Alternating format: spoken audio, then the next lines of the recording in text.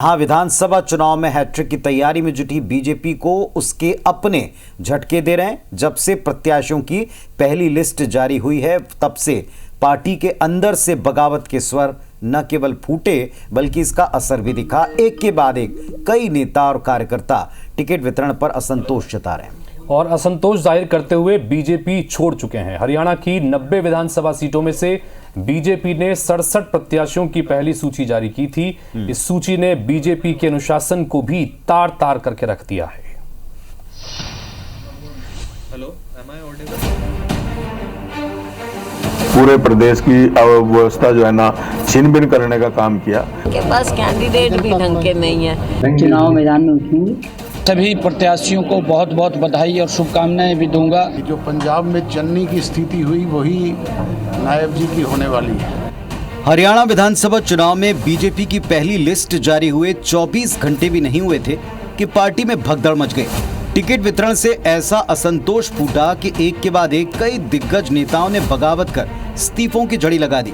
इस लिस्ट में सबसे ऊपर हैं रणजीत चौटाला का नाम, जिन्होंने टिकट न मिलने के बाद मंत्री पद से इस्तीफा दे दिया और रानिया सीट से चुनाव लड़ने का ऐलान कर दिया।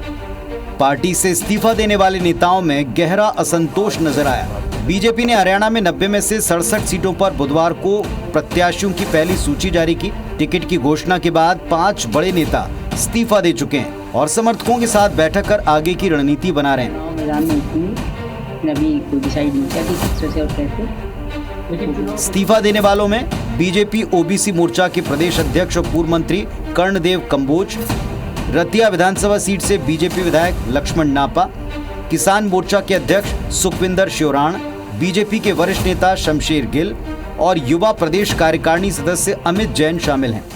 कि जो आज भारतीय जनता पार्टी जो अनुशासित पार्टी कही जाने वाली पार्टी थी, आज उसमें कांग्रेस का कल्चर आ गया। ये बताइए कि कल ज्वाइनिंग करवा रहे हैं कुछ लोगों को, उन लोगों को जिन्होंने पूरे प्रदेश में जो है ना नुकसान करवाया, पूरे प्रदेश की अव्यवस्था जो है ना छीन बीन करने का काम किया, कल ही उन लोगों को ज्वाइन करा करके और शाम को उनको टिकट दे दी। टिकट को लेकर हरियाणा बीजेपी में टकराव भी साफ दिखने लगा है। हिसार से टिकट न मिलने के बाद सावित्री जिंदल ने निर्दलीय चुनाव लड़ने का ऐलान कर दिया। मैदान में उठूंगी। अभी कोई डिसाइड नहीं किया कि किस तरह से और कैसे। सावित्री पहले भी हिसार से चुनाव लड़ चुकी हैं। सावित्री जिंदल देश की चौथी सबसे अमीर महिला और बीजेपी सांसद नवीन जिंदल की मां है। हालांकि पार्टी का दावा है कि हाईकमान ने बेहद सोच विचार कर टिकट बांटे हैं और ऊपर से जिस तरह से जो आज्ञा होती है वो उनको माननी पड़ती है। तो टिकट की कोई बात नहीं है।